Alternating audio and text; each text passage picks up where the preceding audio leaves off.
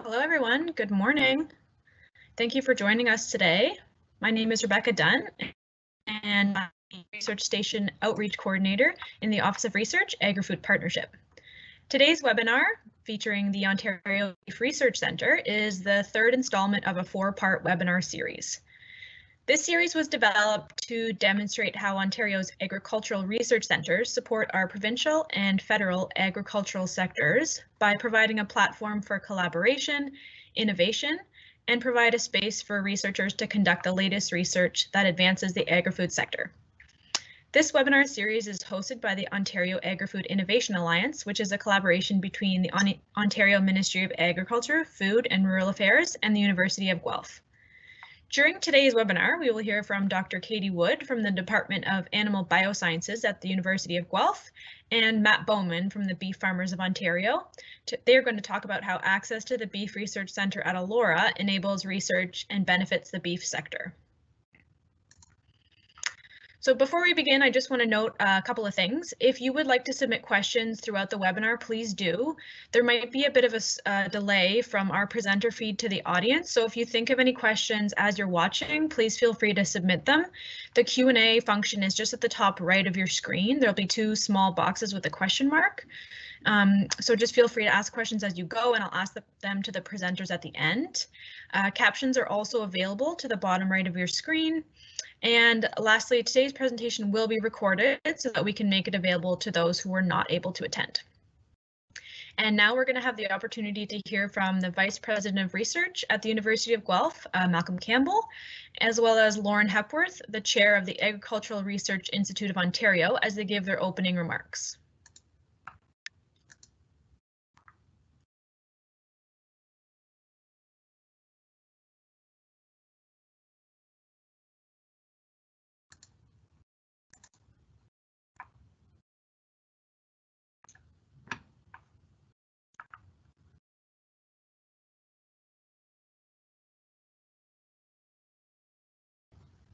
We're just having trouble getting the sound to come across for the video, so we're just going to try reloading it so that we can get the sound for the videos there.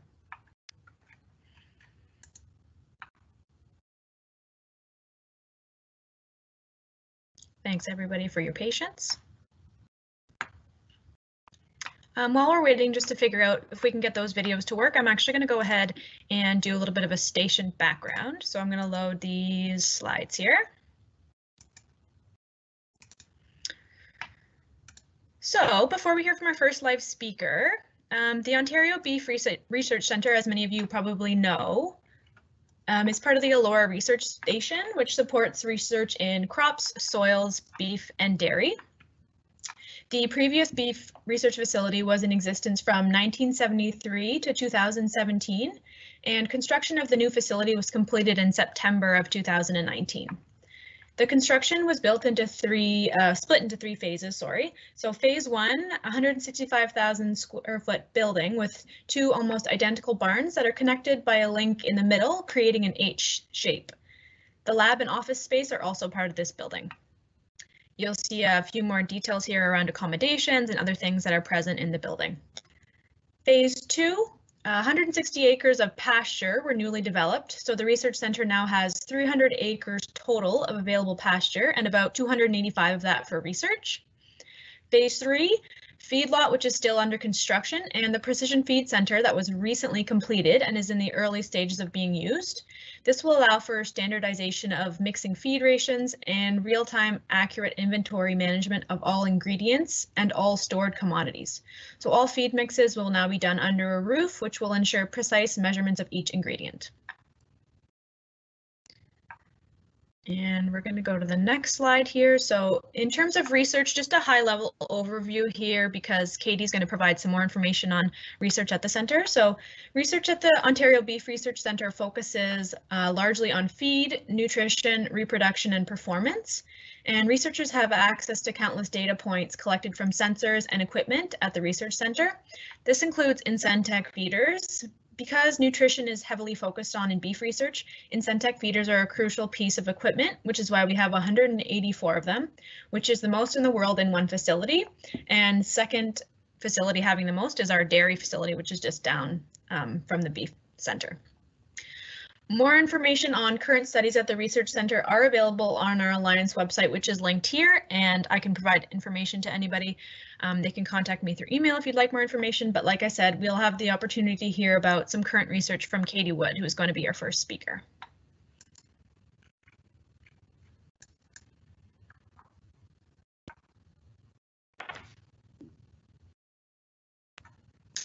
So we're still having a little bit of trouble with the video, so we're just going to keep going. So our first speaker is Dr. Katie Wood, and Katie is an assistant professor in ruminant nutrition and physiology in the Department of Animal Biosciences at the University of Guelph. After completing an NSERC postdoctoral fellowship focusing on gut health and barrier function at the University of Saskatchewan, Dr. Wood joined the University of Guelph in 2016.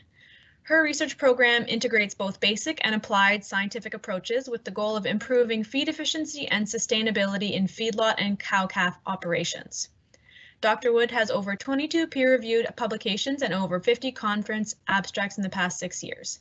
She teaches approximately 400 undergraduate students about livestock production every year and aims to install a passion for agriculture and learning in her students.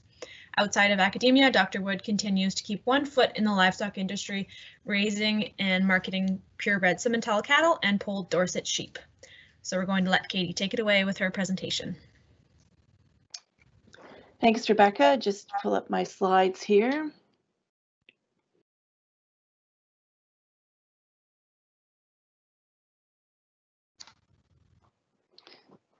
There we go. Hopefully you can see my slides there. So thanks for the invitation to talk about the OBRC. Certainly a very, very exciting time for beef research here in Eastern Canada, and generally have one of the world-class facilities to be able to conduct research, and certainly starting to attract a lot of attention internationally with this facility as well. So today I want to give you a little bit of an overview of some things that we're working at the facility, as well as kind of the capacity for the type of research we can do there. This generally is a vision statement for the facility, but we want to be the center for beef cattle production and grazing research in Eastern Canada, addressing some of the specific needs we have in Eastern Canada, while helping beef producers lower costs of production and increase profitability. So of course, this encompasses a wide array of disciplines, whether that be nutrition, meat quality, economics, animal health, welfare, reproduction, but essentially we want to come together and use the facility to conduct research, to develop strategies to safeguard the environment, to improve animal health, welfare, production and reproduction, improve food safety, meet the demands of the consumers, and increase beef quality, which includes specifically tenderness, juiciness, and flavor for beef. And so what I want to do is go through a couple of areas of the facility and maybe give you a little bit of a taste of the type of research that is going on there, and kind of highlight a few unique areas that make our facility particularly unique. And so I'll start off in the cow barn. So the cow barn has been open for just a little over a year now. It opened in October in 2019. And so as Rebecca mentioned, one of the things that makes our facility extremely unique is our capacity with these Incentic feeders. So measuring feed intake and accounting for feed efficiency is one of the biggest challenges for beef production. And so we needed to have a facility that was able to accurately capture that data. And so with 184 Incentic feeders in the cow barn, that makes us one of the largest in the world of installment of Incentic feeders, and also one of the largest in the world for capacity to measure this from the cow-calf production sector. In addition to kind of individualized animal data, which is extremely valuable, it also enables us to have a lot more experimental power. So rather than feeding animals by the pen, we can feed them individually, which means that we can capture more information with fewer animals. So that really helps with keeping research costs low. One of the other things that has been developed is a lot of this data will also be integrated into a centralized database. And so Rosita Dara is working on a database with both information from the beef station and the dairy station, and it is one centralized point where we can access this large amount of data. So we can do data-driven studies that maybe retrospectively look at past experiments.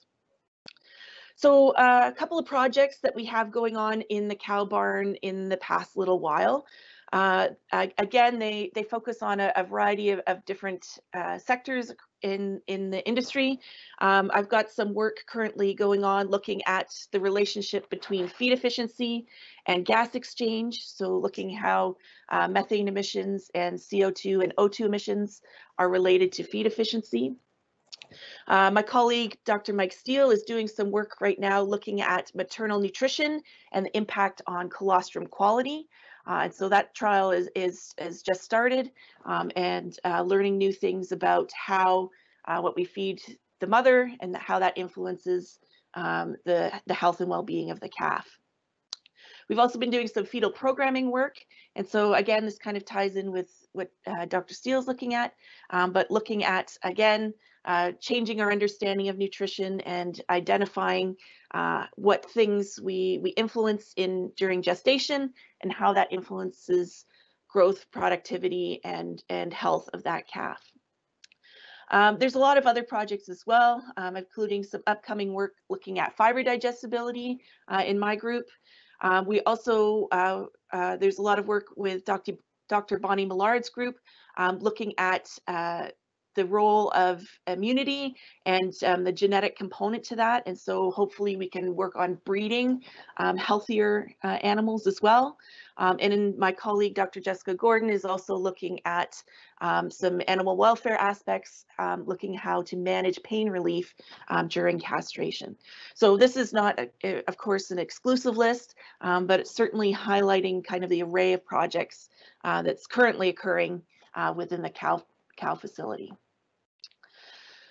Now, as Rebecca mentioned as well, one of the other advantages we have with the new facility is we have the capacity to improve our sample collection, preservation, and storage.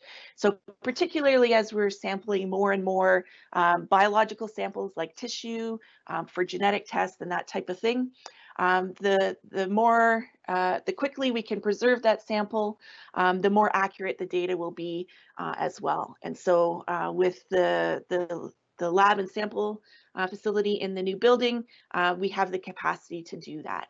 And so in the top picture here, you can see our clean room. And so this little lab facility here is set up to capture and isolate genetic samples, and so they can be as cleanly preserved as possible, and again, maintaining the quality and integrity of those samples.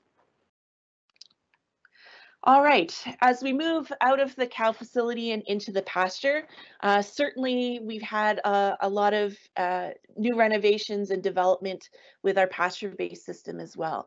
So as Rebecca mentioned, we have 300 acres of newly renovated pasture. This has been managed in an intensive rotational pasture system. And so that way we can use the pasture, the best of the space available. All of this has been reseeded with new, more modern varieties of grasses and legumes. And in addition, we have 2 new processing areas on pasture to help with data collection. And so in the past, it's been a little bit of a challenge to collect things like body weights and other sampling on pasture. But with our new handling facilities there, we're able to do that quite easily. So just to highlight a few projects that are ongoing in the pasture, Dr. Ira Mendel has been doing some work with some fall grazing strategies in collaboration with some researchers in Ag Canada. Ira is also about to start some work looking at different grazing strategies. So whether strip grazing or and this rotational grazing strategy is more ideal for managing pasture. That work will start in the summer. And Dr. Kim Schneider in plant agriculture, who recently started at the university, has been working with us looking at some pasture seeding blends, and she'll be continuing her work looking at some of those strategies and also more agronomic strategies on managing pasture and pasture yields. And so besides the animal health side, we're also integrating some of this research with the agronomy and pasture side of research as well. In addition to pasture, we're also, of course, concerned about the environmental footprint of livestock. And one thing we were able to obtain as part of the new build are 2 C-Lock green feed trailers. And so these are a super cool piece of equipment. As you can see, they fit on a trailer here, which has the solar powered panels and battery banks so that we can place these trailers wherever we need to in the pasture. And they work to measure CO2, oxygen, and carbon dioxide emissions from cattle. And so they work by trickling down a little bit of pellet, which encourages the animal to come and eat out of the green little feeder here. And as the animal eats, the system is pulling air through the opening here and sampling all the gases that are emitted from that animal along with the background gas. And so it is analyzed directly in the system here, and the data is then either stored on the system or transmitted into the cloud, where we can measure these emissions from individual animals directly on pasture or in the barn. So we've been using this system already, both to look at some nutritional interventions to hopefully reduce greenhouse gas emissions on pasture, as well as looking at kind of other applications of this technology, such as indirect calorimetry, which gives us an idea about animal metabolic rate and their associations with feed efficiency. So really, really kind of cool, innovative piece of technology that are now part of the Beef Research Station. Okay, so shifting into the feedlot, as Rebecca mentioned, the feedlot is still under construction, but should be open this year, hopefully. And again, the feedlot is being set up with individualized data management in mind. And so we'll be expanding our fleet of Incentic feeders to again capture individual animal intake and feeding behavior. We also have some other kind of neat tools as well, such as this little device here. This is a bolus that we can get the animal to swallow, which will record things like temperature and rumen pH. And so when we focus on a lot of gut health work, which is a challenge in the feedlot, these type of tools are very invaluable to that. So currently, until the new feedlot barn is open, we've been using space in barn 2 of the cow-calf area to do some feedlot work. And most of that work has been focused around gut health and understanding minimum fiber requirements for the feedlot. Also, as I mentioned, Bonnie Millard has been doing some work looking at genetics of immunity, as well as some vet colleagues have been doing some work looking at drug withdrawal times for some veterinary products as well. So even though a feedlot's not open yet, we're still charging forward with some impactful feedlot research projects. I want to highlight as well that one area that makes us extremely unique in Canada is our capacity to do farm to fork research. And so with the Ontario Beef Research Centre and the newly renovated federally inspected abattoir in the Department of Animal Bioscience, we can look at interventions and management directly from what happens at the farm all the way to the fork of the consumer. And so integrating some researchers in food science, looking at consumer quality and consumer taste preferences as well. And again, there's no other university facility in Canada that has that type of capacity. And so certainly this is an advantage for us here at Guelph. In addition, certainly the new facility has fostered some new collaborations with groups that might not necessarily have interests in beef.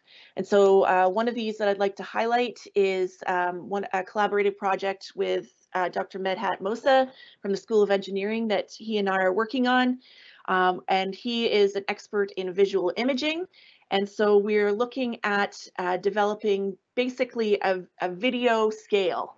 And so without having to handle or manage the animals, just by using some visual systems and computer modeling, we should be able to predict body weight of these animals. And so you can see here, we're testing this out on calves first as a kind of pilot study. And so you can see cameras here that are taking an image of this calf and superimposing kind of our key measurements, which are highly correlated to body weight. And so as we continue to develop this project, hopefully we can kind of focus on some new technology and that would be useful for beef production and other applications as well. So again, this is a Food from Thought funded project that certainly are bringing two unique groups together to help solve problems for the beef industry.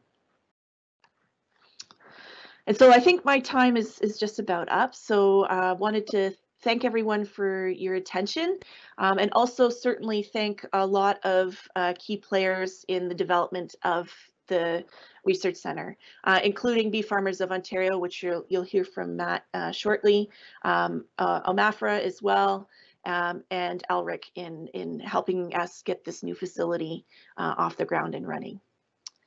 So I think I'll turn it back over to Rebecca, and thanks very much for your attention. Thank you, Katie. Thanks for that great presentation.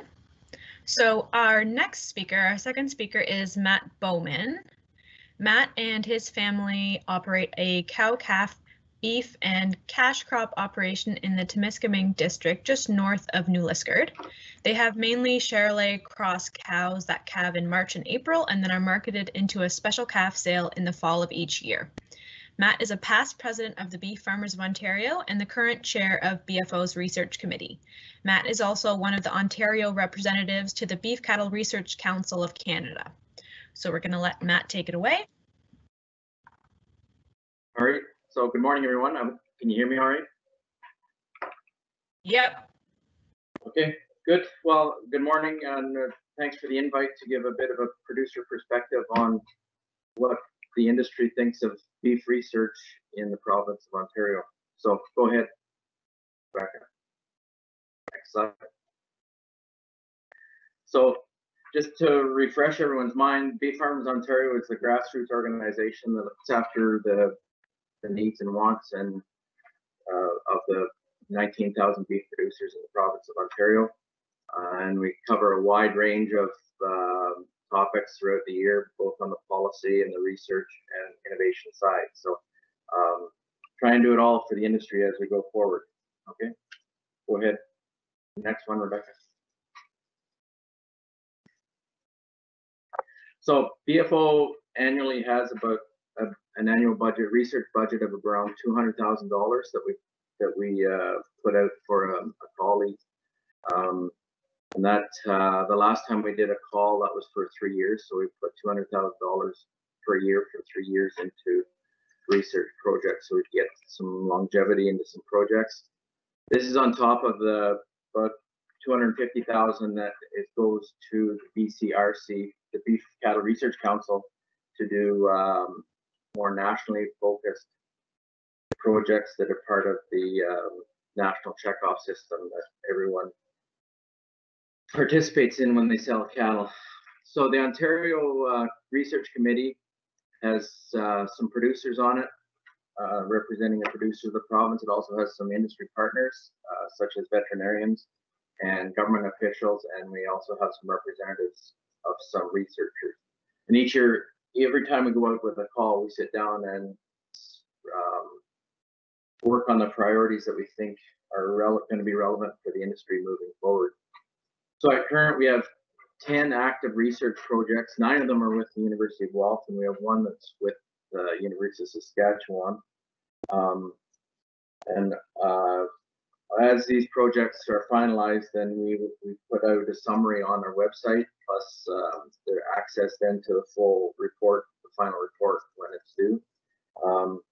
But if anyone's looking for a summary of any past projects, they're all listed on the website. If you go to the Ontario Beef website, they're all listed there. All right, next slide. So basically, the research component of what we look at has 6 main themes that drive the investment that we do into research. So the environmental sustainability, animal health, economic sustainability, forages and feed, food safety and quality, and consumer market research. The research committee doesn't necessarily look after the consumer research. That is mainly done by staff or other sections of the organization, but these are the main overarching themes that drive where we want research, or where we think research should go to meet industry needs. All right, next slide. So a lot of these projects, although we say we put in $200,000, one of the key components that we always ask for when we're looking for new projects is to have matching funds. And so the researchers go together and look for other sources of funding. Some of those other sources are government, and some of them are the other organizations that you see listed there. And you have one that LRIC is a name that's come up quite often today already. Dr. Woods mentioned it a couple of times. LRIC is I would call it the coordinating body for agricultural research on all species for Ontario. And they do an excellent job of coordinating what we do and trying to make sure that we have no overlap with other commodities or other systems going on out there. Plus, they are a very good advocate when we're trying to get to the higher powers looking for money or industry support, non-industry support. All right, next slide. So getting down to the value of the industry, first off, the obvious one is it helps make our animals and our industry more efficient. This allows our industry to be more competitive with the rest of, not only with the rest of the beef industry, but as well as other meat commodities in the province, as well as other commodities outside the meat industry, where we have to compete for the same resources, compete for the same consumer, and compete for the same government dollars when we're asking for government. It also helps the producers understand the impact that they can have on the environment and how they can minimize their impact as we move forward, and how we can remediate some of the problems that we've had in the past. It also establishes a solid line of data that can be used in policy and regulation development. When we go to policy and regulation development side, a BFO, it's very important, and it's always it's always a good idea when we have good, strong numbers behind us. Next slide, please. So like I said, the science drives policy. So when we're looking to come up with new policies or amendments to current policies or procedures, we're always looking for science to come up with good, solid numbers that we can lean on when we're trying to make those decisions. It always gives us a stronger lobby when we go to the government with changes to policy and procedures, when we have numbers that can back our position. And it helps keep the policy and regulations up to date, moving with the times. As society has different demands on the industry, we need to make sure that the industry can meet those demands and stay on side with what industry thinks we should be doing. So that's a very important part of it. All right, next slide. So the value of the new facilities that Dr. Woods talked about, the research can be focused on our local climate and our local industry. The Beef Cattle Research Council looks at the whole industry in Canada, and we have a chance here that we can look at more specifically things and issues that affect the Ontario climate and the Ontario industry. We can develop solid environmental arguments to refute some of the claims that have been made by society and make sure that we can comply with what their expectations are. Like I said before, society's expectations on the industry have changed over the years, and we need some solid research to be able to meet the changes in those claims. The other strong point of this facility is to be able to perform consistent, repeatable research in controlled conditions that can isolate single issues that are being studied.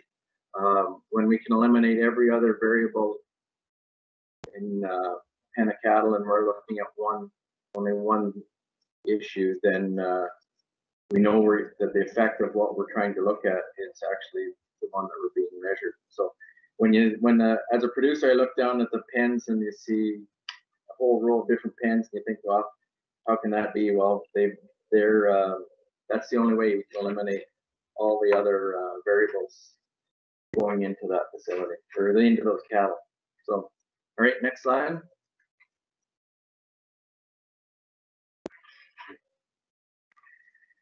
So one of the other strengths of this facility is the ability to accommodate individual animal measurement research, right from the metabolic level that Dr. Woods was talking about up to group penning size, where they can have small pens that can easily replicate the single animal data, but at the same time is also scalable into large feedlots. So, a pen of 15 or 20 calves being fed in that facility, we should be able to expect the same kind of results when we get them out into commercial operations. The other big value of the research facilities is being able to keep the stable full of researchers. We've got a group of great minds that are running the operation currently, and facilities like this attract and keep good researchers for the betterment of the industry in Ontario. The other part of that is that these current researchers can train the next generation of producers and researchers to even make our industry better as we move forward 15 and 20 years from now. The researchers at the university can be also part of a national and a global networks, being able to bring the best of ideas to Ontario and transform them into usable ideas for the Ontario industry. Also, concepts developed here can be part of a better beef industry across the whole country and the continent. A good idea in Saskatoon or in South Dakota might be applicable here if we put an Ontario spin on it somehow. And likewise, a good idea coming out of the University of Guelph at Laura might be applicable to Saskatoon or Lethbridge, depending on what it is. So that I think that in a nutshell pretty well sums it up in what I think. So next slide. I think that was the last one, but the industry can definitely take a sense of ownership in the research that goes on at Elora. First of all, because we've had a say in the direction of the program, and we've put some money in, skin in the game, as they say. So we think the industry has a really good sense of ownership in what goes on there. Plus, when they see numbers coming out and fact sheets coming out on some of the projects they've done, they know that they can take those results and use them to make their operation better.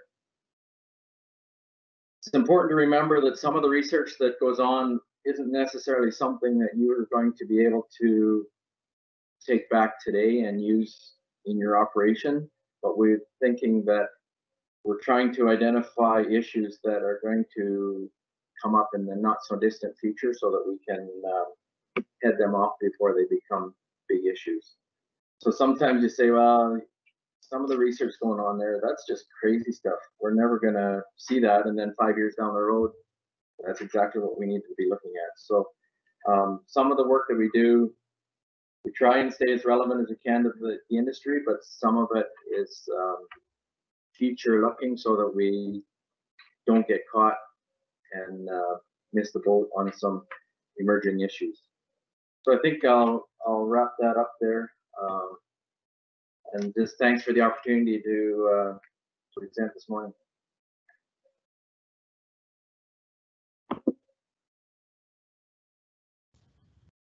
Okay, thank you very much, Matt and Katie, for your great presentations.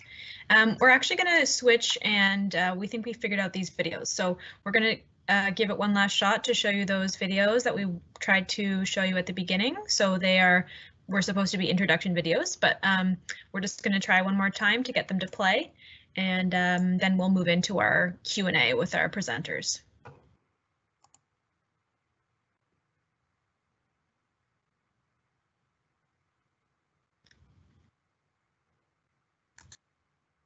Hello, everyone.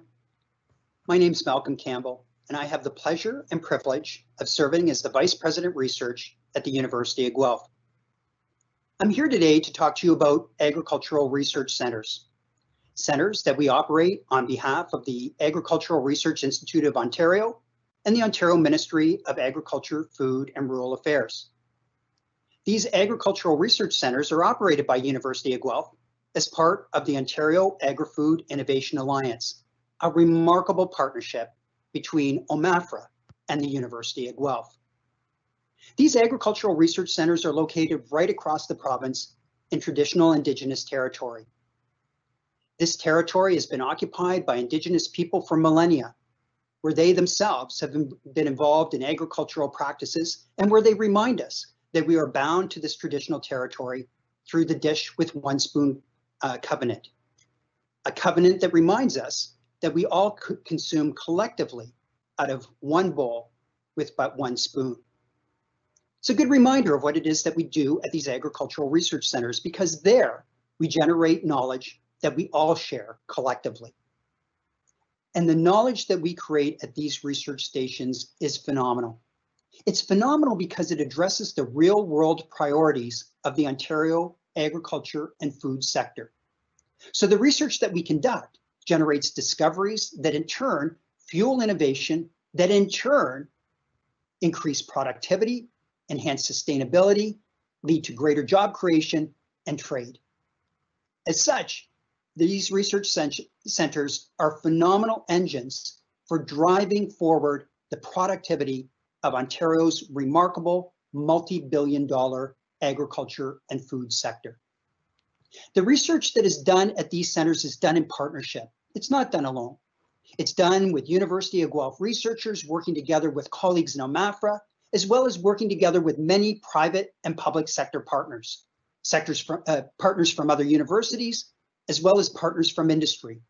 And importantly, people for whom the discoveries really make a difference. Our agriculture and food sector partners here in the province, from farmers all the way to consumers. We're immensely proud of the research that emerges from the agriculture research centers here in the province of Ontario, and it gives us the greatest of pleasure to share with you through this series the incredible game-changing differences that we're making. It now gives me the greatest of pleasure to turn things over to the chair of the board of directors of the Agricultural Research Institute of Ontario, Lauren Hepworth.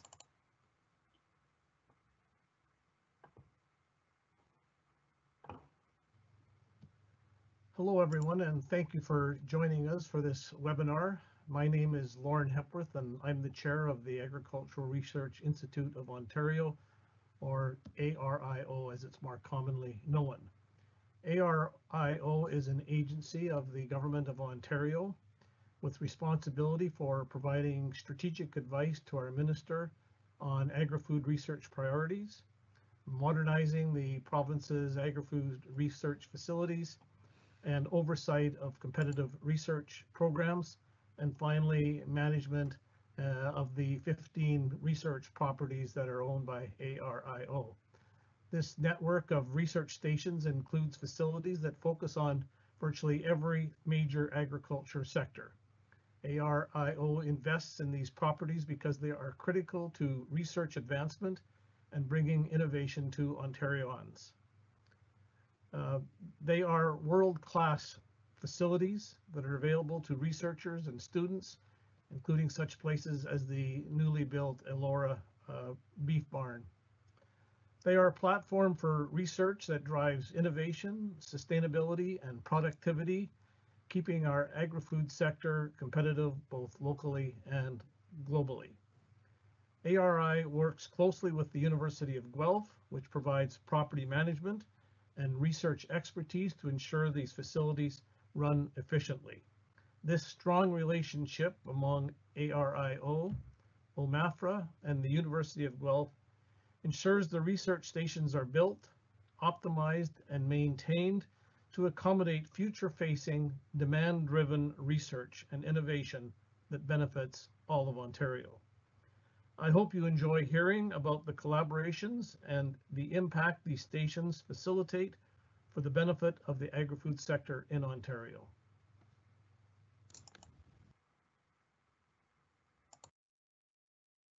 Okay, hopefully everybody was able to hear and see those videos, but we will post them to our website and let everybody know where you can access them, just in case you couldn't hear or see them.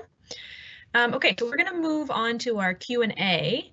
So we have a few questions here, but feel free to keep inputting them into the Q&A at the top right, the two boxes with the question mark, and I'm going to start asking them. So I do believe this question is for Katie, as it came in during Katie's presentation, but we could probably let Matt answer as well. So Linda would like to know what the most widely used method of castration is.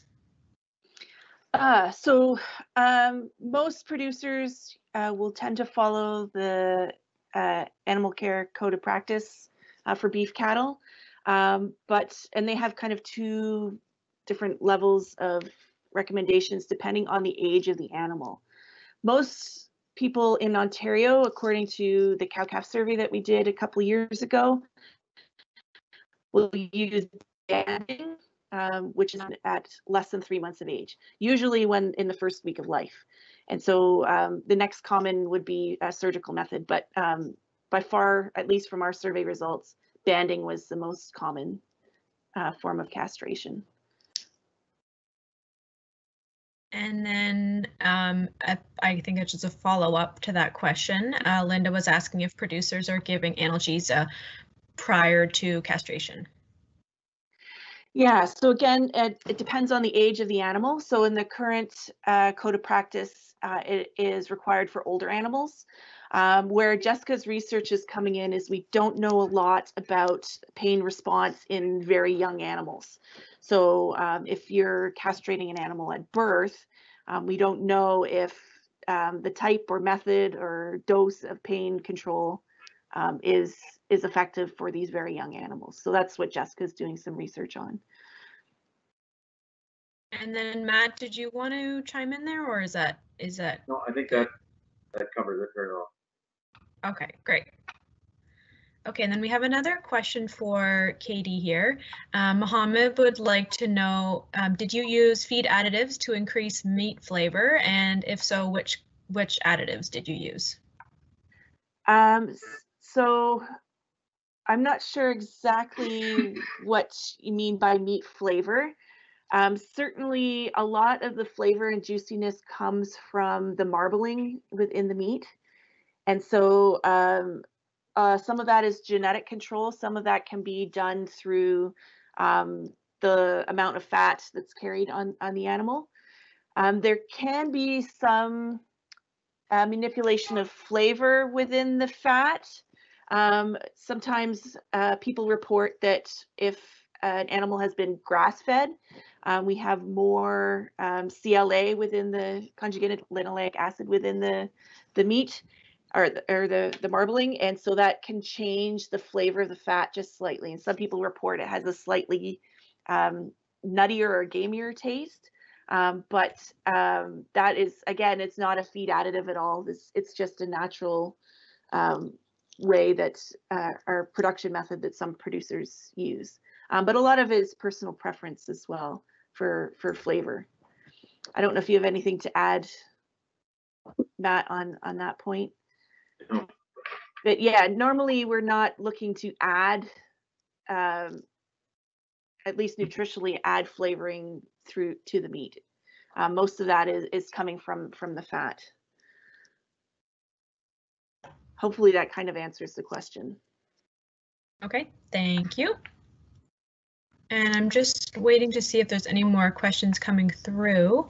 While I'm waiting to see if there's any questions coming through, a common question that I get, Katie, is what kind of opportunities different levels of students have to access these research centers. I get these questions asked a lot on tours, well, when we could give tours, but a lot of people want to know what kind of access students have to the research centers. I'm guessing we're meaning undergraduate students, and oftentimes the station themselves hire summer students, particularly over the summer, and so there's opportunities there. Quite often, many of the researchers, myself included, and many of my colleagues, also take a lot of undergraduate volunteers. And so if we're working on projects at the station, we have a handful of volunteers which help ourselves and our graduate students collect data and collect samples. So those are probably the most direct way to get involved. There could be other ways to kind of indirectly get some animal experience through, like College Royal and things like that. But usually talking to the researchers and investigating volunteer opportunities is a good way to get involved at the station. Okay, thank you. I'm not seeing any more questions coming through. So we're going to do kind of a last call if anybody else has any questions for either Katie or Matt. I'm not sure if Katie or Matt, you guys have any questions for each other.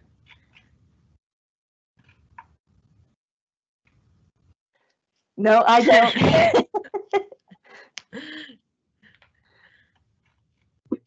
Yeah, I'm good, I think. Okay. Yeah. So we'll just give one more minute just in case there's a bit of a delay on the attendee side. But while we're waiting, I just want to thank Katie and Matt again for their presentations. Thank you very much for your participation. Thanks everybody who is on the attendee side for your patience hearing those videos. And then if anybody thinks of any questions and would like to submit them to me, you can do so. My email is on the slide there, so researchstation.info@uoguelph.ca. Contact me anytime with any of those questions. And then, like I said, we're going to aim to post the recording of the event as well as those two videos. Okay, we got another question here. So Rain would like to know, what about public transparency for consumers? Tours available when possible? Well, I could actually answer that one. Tours of the research centers are normally available.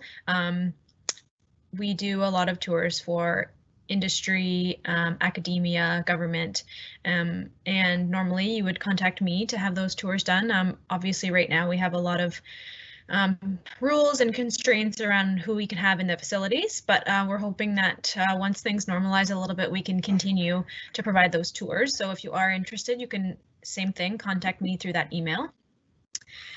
And we don't have a live feed into facilities, but we actually do have 360 videos that are available on our website as well, of the dairy and the beef research centers. So you can pick different areas in the barn that you'd like to see, and gives you sort of an idea of what it looks like if you've never been able to access the research centers.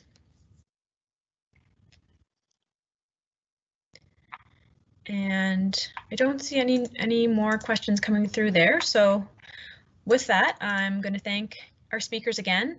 And again, like I said, if anybody has any questions, feel free to email me. And if you have any questions for Katie and Matt, I can pass them on. If you have any operational questions, we can also pass those on to staff at the Research Center. And I hope everybody has a wonderful day.